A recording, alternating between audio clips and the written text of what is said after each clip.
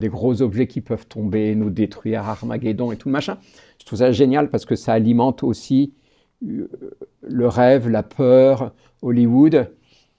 Je pense que c'est bon pour nos finances à nous, donc il ne faut pas se leurrer. Il y a toute une histoire à raconter. Bon, souvent, c'est quand même des tout petits objets. Mais voilà, la science, finalement, des échantillons. Mais on préfère aller les chercher nous-mêmes, les choisir. C'est ce qu'on fait en ce moment avec Persévérance. Que, voilà, ils viennent au hasard. Et là, c'est un peu, la valeur scientifique est un peu plus faible.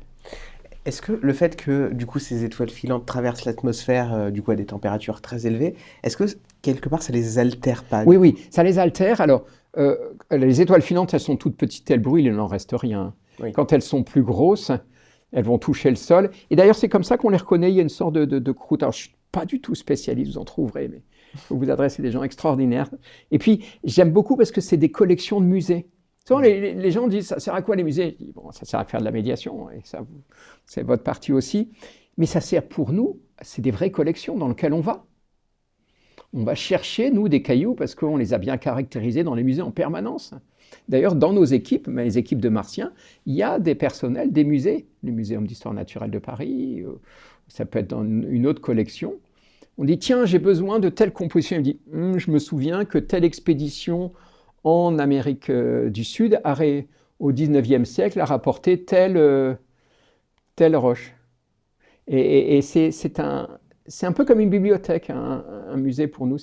La bibliothèque, vous allez chercher un livre, et ben nous, on va chercher un caillou. Okay. Ces fameux cailloux qui viennent du ciel.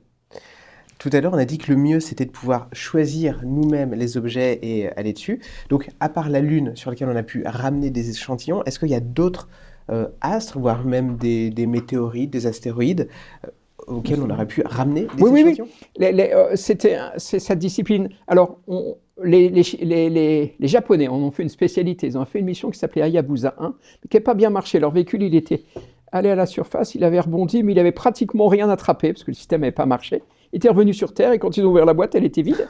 Mais il y avait une douzaine de petits grains grands comme ça, et ils ont fait une science de folie avec des trucs, mais que je ne sais même pas comment ils ont fait.